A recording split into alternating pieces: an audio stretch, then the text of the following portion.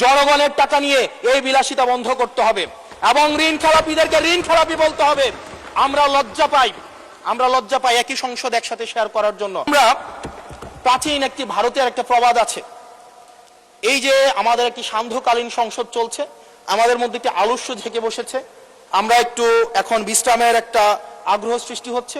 এরকম একটা বিশ্রামের সময়ে এক প্রাচীন ভারতের একটা প্রবাদ আছে। সেই প্রবাদে একজন বলেছিলেন যে ঋণং কৃতা ঘৃতং পিবেত যাবৎ জীবন সুখেং কিবত। অর্থাৎ ঋণ করে প্রয়োজনে ঘি খাও, তাইলেও সুখে থাকো।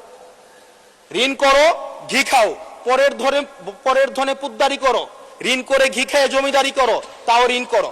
আমার কাছে মনে হচ্ছে মাননীয় স্পিকার, এই প্রবাদটিকে সরকারি দলের কিছু সদস্য খুব সিরিয়াসলি নিয়েছেন, নিয়ে ওনারা ঋণ করো, ঘি খাও, তাও সুখে থাকো, এটাকে ওনারা এভাবে নিয়েছেন, ঋণ করো, ঋণ খেলাপি হও, তাও নির্বাচন অংশগ্রহণ করো।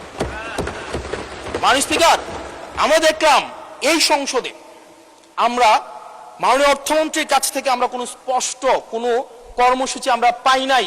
কিভাবে ব্যাংকগুলোকে যেভাবে দলীয়করণ করা হয়েছে, ব্যাংকগুলোকে দীর্ঘ 17 বছর ধরে ব্যাংকের টাকা ঋণের নামে যেভাবে বিদেশে পাচার করা হয়েছে, সেই পাচারকৃত টাকাকে কিভাবে উদ্ধার করা হবে সেটার কিন্তু সুস্পষ্ট আমরা কোনো পলিসি পাই না। মাননীয় স্পিকার, আমরা গভর্নর সাহেবকে মাঝে মাঝে আমরা একটু আক্ষেপ প্রকাশ করতে দেখি, 4,80,000 কোটি টাকা বিদেশে পাচার হয়েছে, সেটাকে কিভাবে আনা যাবে সেটা নিয়ে আক্ষেপ প্রকাশ পর্যন্ত আমরা দেখি।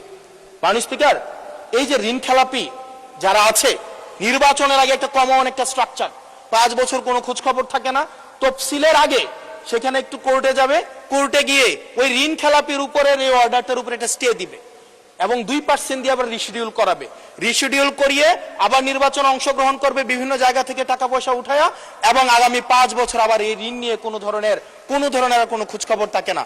জনগণের টাকা নিয়ে এই বিলাসিতা বন্ধ করতে হবে এবং ঋণ খেলাপিদেরকে ঋণ খেলাপি বলতে হবে। আমরা লজ্জা পাই একই সংসদ একসাথে শেয়ার করার জন্য, কারণ তারা জনগণের টাকা মেরে, যারা জনগণের টাকা ব্যাংক থেকে তুলে নিয়ে ঋণ খেলাপি হয়ে আবার জনগণের প্রতিনিধিত্ব করতে আসে, এই ঋণ খেলাপিদেরকে শাস্তির আওতায় আনতে হবে। এবং তারা যখন সংসদ সদস্য হয়ে নির্বাচিত হওয়ার পরেও যদি তারা ঋণ খেলাপি হয়, এমন একটি আইন প্রণয়ন করতে হবে তাদের সংসদ সদস্য পদ যেন বাতিল হয়। সেটি শুধুমাত্র সরকার দলের জন্য না, শুধু বিরোধী দলের জন্য না, সেটি বাংলাদেশের উন্নতি, প্রগতি এবং সমৃদ্ধির জন্য সেটি প্রয়োজন এবং পরবর্তী প্রজন্মের কাছে আমাদের দায় মুক্তির জন্য এটি প্রয়োজন। মাননীয় স্পিকার।